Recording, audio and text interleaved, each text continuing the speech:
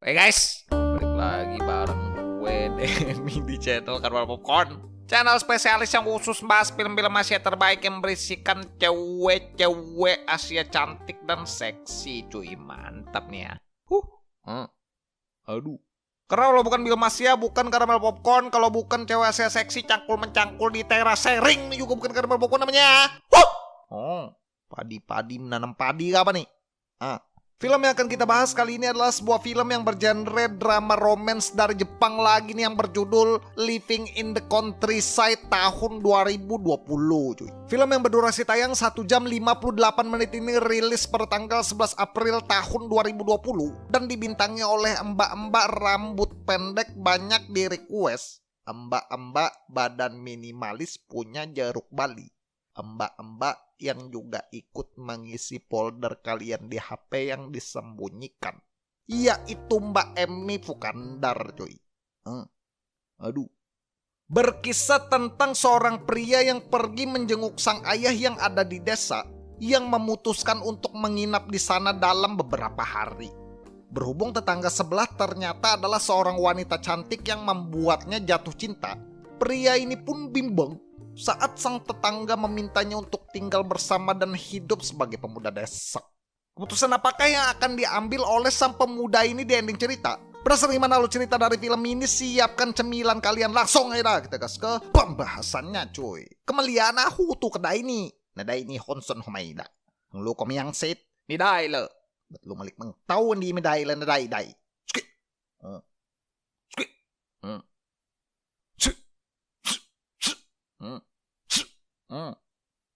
Dah.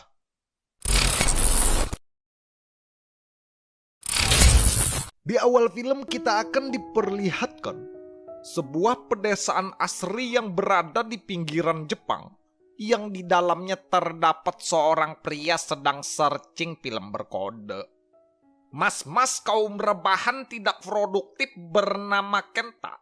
Aduh, nih orang ini lagi yang main ya. Kita ganti aja namanya nih. Konto aja dah, Konto. Kita ganti Konto, mantap nih. Mas Konto adalah seorang pemuda yang berasal dari Tokyo, yang berniat mengunjungi rumah ayahnya di pedesaan. Aduh anjir, ada suara bakso lagi lewat. Lapar cu. Beli bakso dulu ah. Gimana nih? Aduh. Saat Mas Konto bermalas-malasan sambil nonton Mbak Megu, sang ayah pun datang memberi nasihat kalau Mas Konto tidak boleh malas dan mending ngapain kek. Berhubung handphonenya lobet dan charger yang dibawa ternyata rusak, Mas Konto pun bilang, apakah ayah punya charger? Minjam bentar dong, handphoneku mau habis baterai. Sang ayah yang dari dulu tidak pernah punya handphone, hal itu pun membuatnya bingung dan langsung pergi sambil nyuruh Mas Konto pinjam ke tetangga.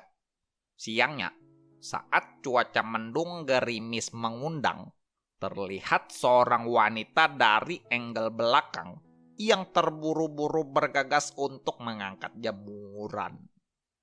Pantun lagi kan nih gua nih. Wanita jemur-jemur rambut pendek bergelombang, bernama Emmy Fukada. Saat Mbak Emmy comot-comot ambil-ambilin daster, ia pun diam tercengang tidak bersuara karena bingung melihat mas-mas yang juga bingung datang, bingung mau ngapain.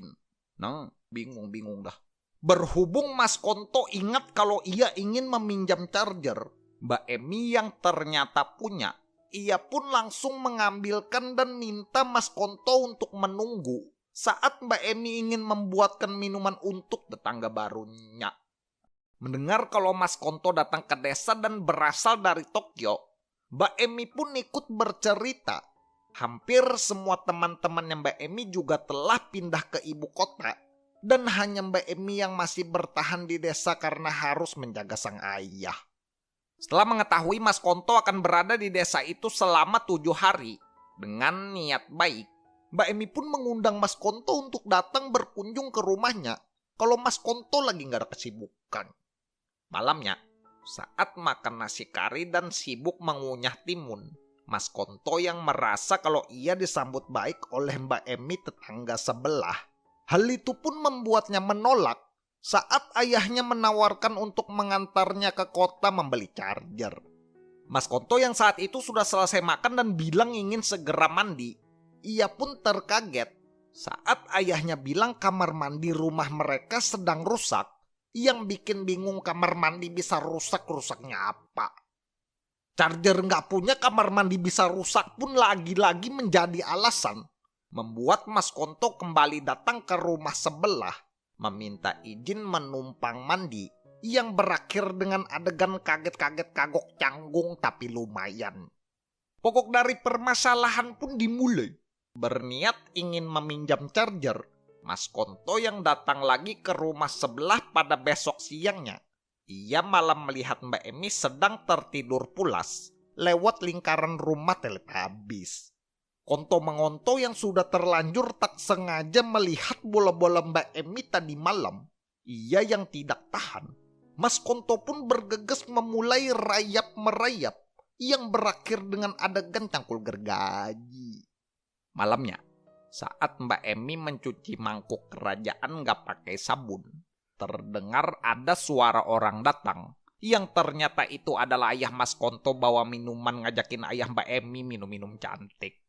Berhubung sudah pernah cangkul-cangkulin Mbak Emi nggak sengaja, Mas Konto yang nggak enak hati, ia pun mencoba untuk meminta maaf karena Mbak Emi terlihat sedikit marah.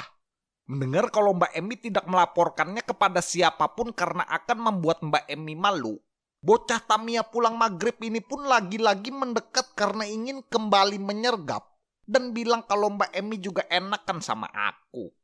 Mbak Emi yang kesal mendengar hal itu, ia pun bilang badan Mas Konto bau lontong sayur dan masih terlalu kecil untuk mengajaknya cangkul-mencangkul. Aduh. Adegan seruputnya rumput laut pun tiba-tiba harus terjadi saat mas-mas bau matahari memaksa dan menerjang karena tidak tahu mau melakukan apa.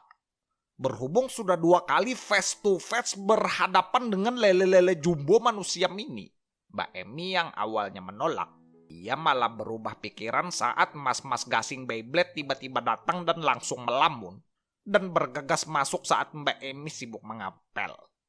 Cangkul berputar gergaji maju mundur pun dilakukan setiap saat setiap harinya, yang membuat Mbak Emi sudah tidak peduli lagi dengan kekasihnya yang pulang dari Tokyo. Dan filmnya pun berakhir dengan Mbak Emi yang menolak permintaan Mas Konto yang mengajaknya untuk ikut tinggal di Tokyo. Yang ya iyalah ngapain ikut mas-mas gasing, emang kerjaannya ngapain, cuy.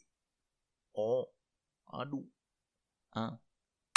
Oke guys, ya mungkin segini aja ya untuk pembahasan film Asia kali ini ya. Ini buat kalian yang pengen nonton full movie-nya, kalian langsung aja search nonton film SHKD strip 897 di Google Chrome, cuy. Dari film ini kita bisa belajar, nah mantap nih, belajar dari lontong sayur ya. Tahap tertinggi dalam budaya moral adalah ketika kita menyadari bahwa kita harus mengendalikan pikiran kita, kemauan ingin memiliki, dan nafsu yang ada di dalam diri. Kita sebagai laki-laki, baiknya belajarlah untuk mengendalikan semua ego dan kemauan diri, karena seorang laki-laki yang memaksakan kehendaknya untuk mendapatkan apa yang ia mau bukanlah seorang laki-laki yang baik dan bersikap dewasa, cuy. Mantap nih gue nih. Seperti biasa nih, gue mau ngucapin terima kasih banyak nih buat kalian yang sudah nonton, dan terima kasih banyak buat kalian yang sudah subscribe ke channel Caramel Popcorn, cuy. Mantap nih, udah 100.000 orang bersemayam duduk melamun di channel ini ya. Aduh. Kita juga punya channel Caramel Popcorn yang kedua, kalau kalian mau subscribe silahkan, linknya ada di deskripsi, cuy. Nanti kita bakal bahas film-film Asia yang bagus-bagus lagi ya. Mungkin segini aja untuk belakang ini. Jangan lupa like, comment, share, dan subscribe. Gue Demi sebagai narator pamit. Sampai ketemu di video selanjutnya. Thanks for watching guys. Bye-bye.